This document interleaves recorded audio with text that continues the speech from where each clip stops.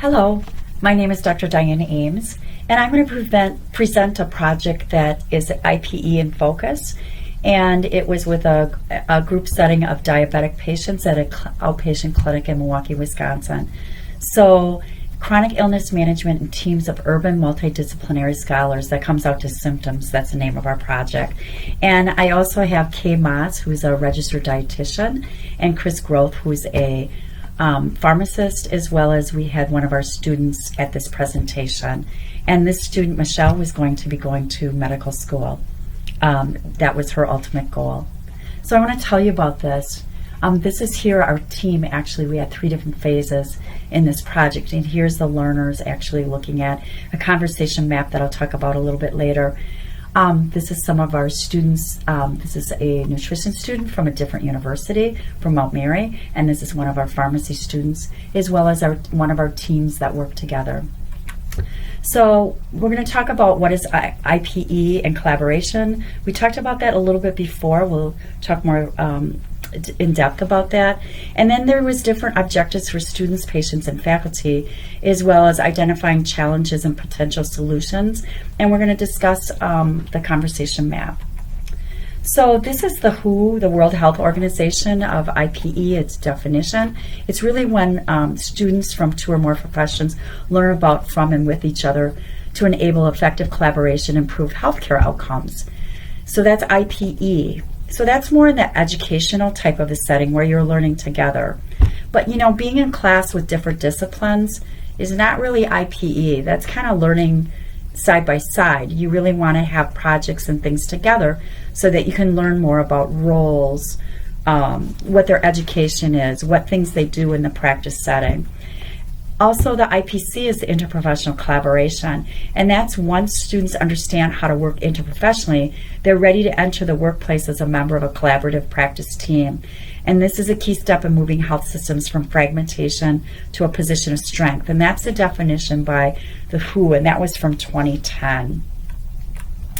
So IPEC, Interprofessional Education Collaborative, this is the consortium of different disciplines that have come together, and they have different competencies and domains that they identify that's important for everyone. So I love this cartoon on communication, and that is why we lift on 3. You can kind of see stars from the patient probably being on the floor.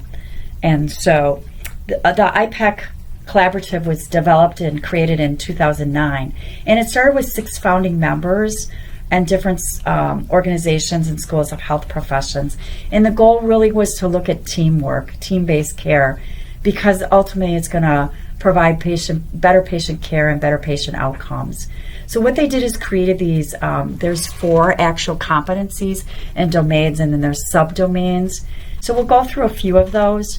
And this organization also provides education, training, and resources. And you can go online and take a look at them. I went to a master training session that they had several years ago, and there was probably 100 different people from various different organizations and schools and disciplines. So there was dentistry, and veterinarians even do interprofessional collaboration, and then a lot of the different members of the healthcare team. So here's an example of the different domains. So the first domain is values, ethics for interprofessional practice. So what are the values and ethics of the different healthcare disciplines? And you know, we all have ethics and values within our own disciplines. So nursing, pharmacy, medicine, so forth. And how do we talk about that how does that translate into patient care, like do no harm, and how do you work as a team and understand the values and ethics from the different areas. Roles and responsibilities. This is huge. I remember when we first created our project, the Cimtums project, and one of the physical therapists said to me, wow, that would be great. You know, we never get to work with pharmacy. They're never in our area. And sometimes you wonder when we're doing therapy with patients, could they be having some side effects from medication that's causing maybe some of the dizziness, or are we overworking them, or things like that? And I thought, wow, I never really thought about that before, because nursing is the hub. We work with everybody. In our team, in our Cimtums team, we have a dietitian, and our physician asked, wow, I got to ask you about some of the roles of the dietitian. I'm not really sure, because they're usually not in the same place at the same time. Again, we have communication and teams and teamwork. So you can see this theme running through the IOM, the IHI, CUSIN. All these things tend to overlap. So Aurora Healthcare at Midtown Clinic, this is where we do our Cimtums project. And it's a family practice clinic. It's also internal medicine. And they have some part-time specialists. There was a few physicians, 2 NPs, there's an RN, MAs, phlebotomists, and front desk. They also had OBGYN and cardiology, and they had a large diabetic population. It's an underserved area. It was a 53216 zip code. So the median average household income in 2011 was $33,000. And residents with income below poverty level was 27%. At the time that we were first started this project, there was a Walmart Pick and Save. There had been a Lowe's. The Lowe's had already closed, and now in this past year, the Walmart closed. So there's multiple different stores there. It's like a little outdoor shopping center. It's not a mall. At one point, it was more like a mall, but outdoor. And so the other thing is, when you look at the races, mostly African American. And we basically, when we came up with our project, most of our patients at this time are African American that go through the Cimtums program.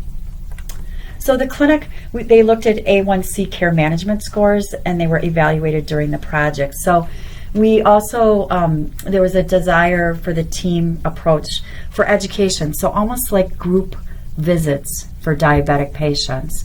And what we were also doing was looking at advanced directive scores. So like some of the areas they wanted some help with was advanced directives for care management, because they tended to have a lower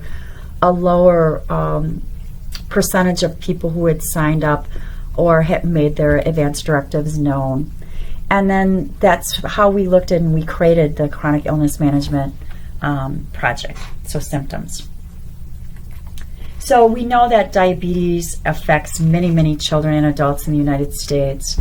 It seems like the proportion, they said the proportion had kind of leveled off and had gone down a little bit in one of the recent articles that I had read, but it's still, we still do spend a lot of money in this area, $174 billion between direct and indirect costs, which is a lot. The amount of medications people are using, and the testing that goes along with it, and the comorbidities, with different target end organ damage and so forth. So this is an area that we felt that if we did concentrated education, that we could hopefully prevent some of those untoward consequences.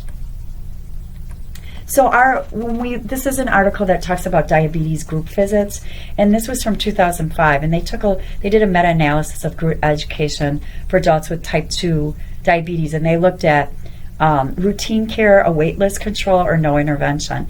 They looked at about 1,500 participants over 11 different studies. And what they found with group visits was there's a significant improvements in fasting blood glucose levels and A1Cs, also self-care knowledge.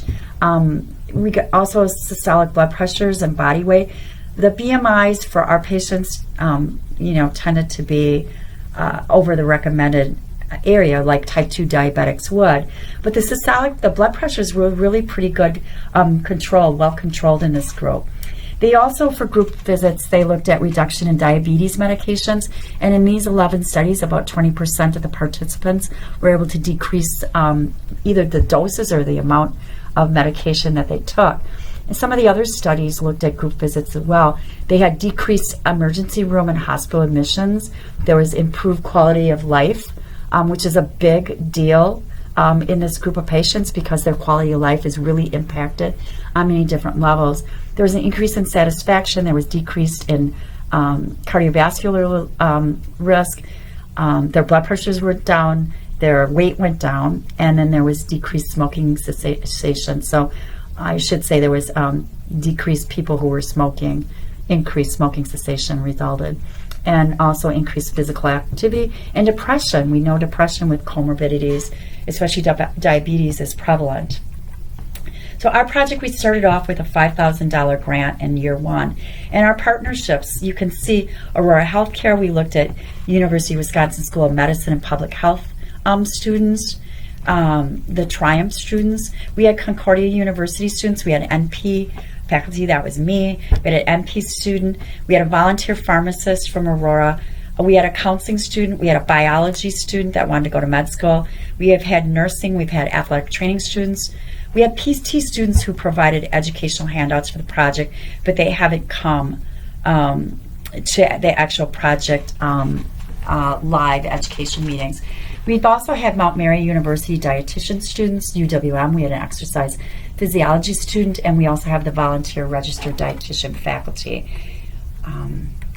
So our project description, again, we talked about working with underserved African Americans with poorly controlled diabetes. And what set us apart on this project?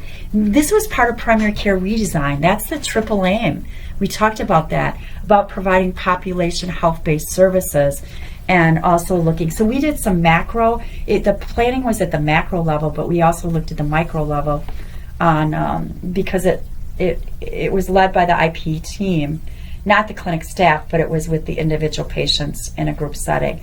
And we focused on underserved, and then we had interprofessional learning. So we did IPE and IPC at the same time. And I'll tell you some of the education kinds of things we did in a minute. So our objectives, we have things for students. We wanted to improve communication across disciplines. We wanted to have that shared decision model where we learned how to work as a team. So we also wanted patient-centered, family-centered. We had we had a couple people that brought spouses or friends to the meeting too. And we also wanted to apply this IPE care and IPC, chronic illness management, in the ambulatory setting. So for our faculty, we wanted to be role models, and we wanted to learn how to coach. We wanted to model and evaluate IPE communication and practice, and we wanted to know it's sustainable. This is actually our 4th year we've been doing this.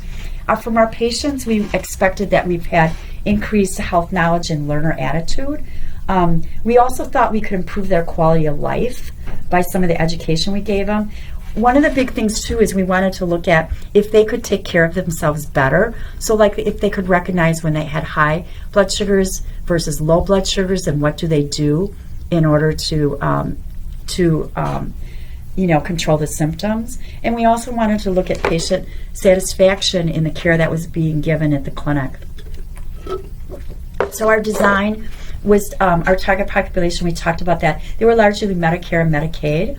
So the first phase, what we did was we had learners that signed up for this with us and interested in working with an urban setting with an urban underserved population. And we recruited patients during this time. We did team building. We talked about roles. We talked about team steps, values, and ethics. And we had a lot of fun getting to know one another. Our phase 2 was our patient education. And our phase 3 was, excuse me, our phase 3 was, we were coaches. We did phone counseling. And we did small groups. So depending upon how many patients we had and how many learners and faculty, we divided it up. And then we did, one of the things we tried to do was get them to do their own support groups, but we haven't been successful in that yet, but we're not giving up. So first, phase 1, I talked about, we had fun in that. We taught motivational interviewing. We talked about SMART goals with patients, what SMART goals were. Team steps, we did team steps. We did a community assessment. We did a windshield survey and looked at demographics, and we presented that. We talked about HIPAA. Obviously, we did the American Diabetic Association curriculum. We looked at that. We talked about health literacy, cultural competence, and we had information on soul food and diets of our population. We talked about ethics, exercise. We did a field trip to the grocery store to see what patients have available to purchase, the setup of the grocery store. We talked about the different disciplines and their roles. How long did you have to go to school? We also looked at 2 things that each discipline could bill for. So what can an NP bill for based on diabetes? How about a pharmacist? How about a nurse educator? We looked at the logic model as a root cause analysis. We kind of went through that. And we also talked about integrative medicine. We have other topics we talked about, but this was kind of the majority. So this was phase 2. This is the Merck conversation map. And there's 5 different maps. We used 4 of them. We did not use the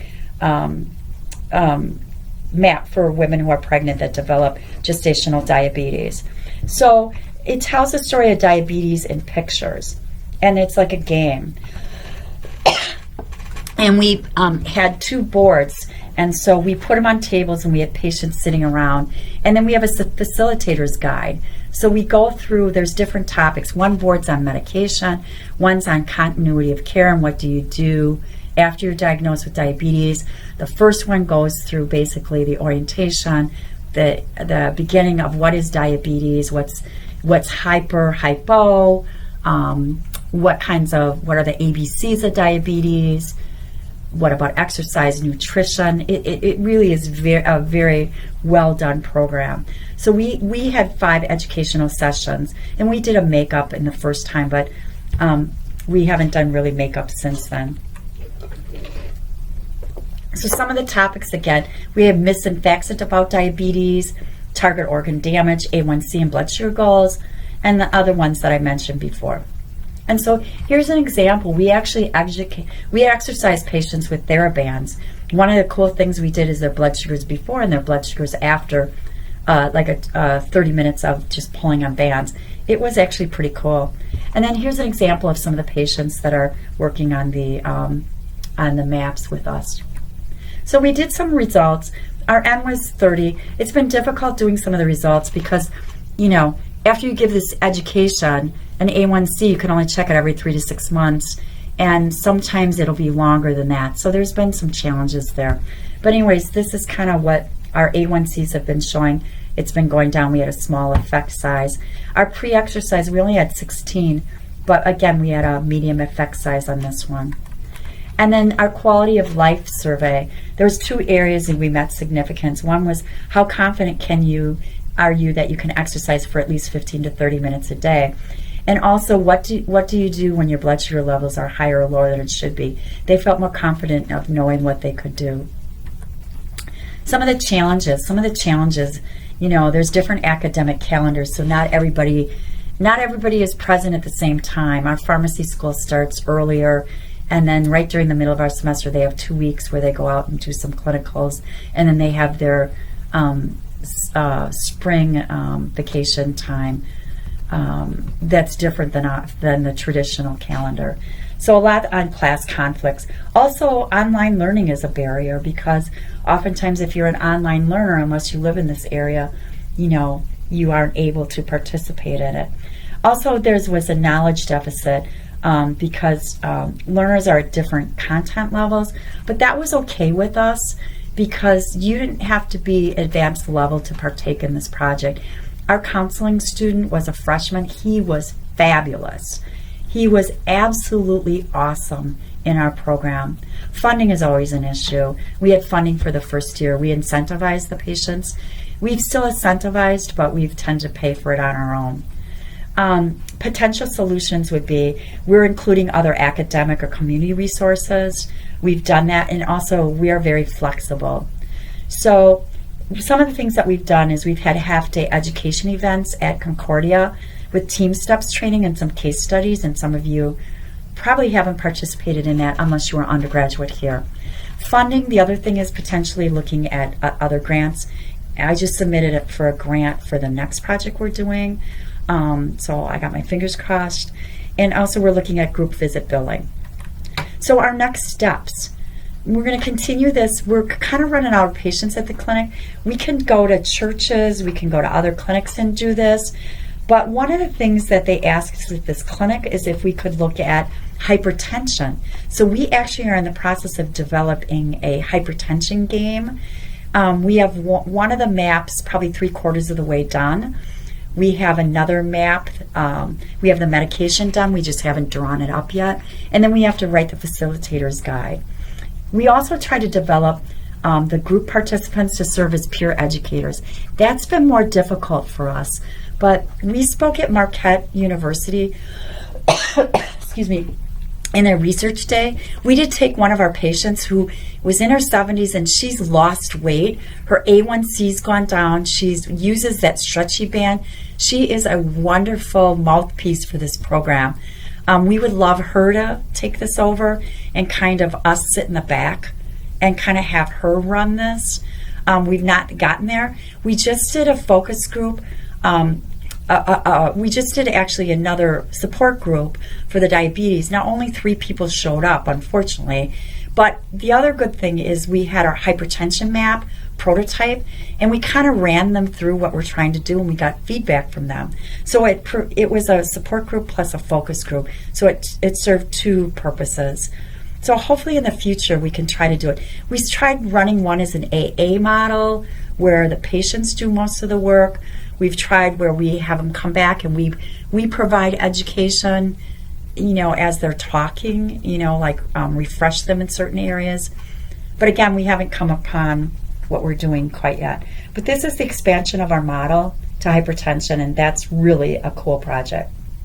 So here's our cohort 3, our patients, and we got t-shirts for everybody, Overcome Diabetes Together. This is our physician, and let's see here. This was our medical student, and anyways, it was a blast. So thank you. I hope if you have any questions, you certainly can email me, and I hope you have enjoyed the information on interprofessional education collaboration and enjoyed teamwork, because you can't do it alone. We have to work as a team. Your job, your life will be happier and easier. Patients will be safer, and hopefully there'll be job retention and having some good discussions with our colleagues from different disciplines. So thank you.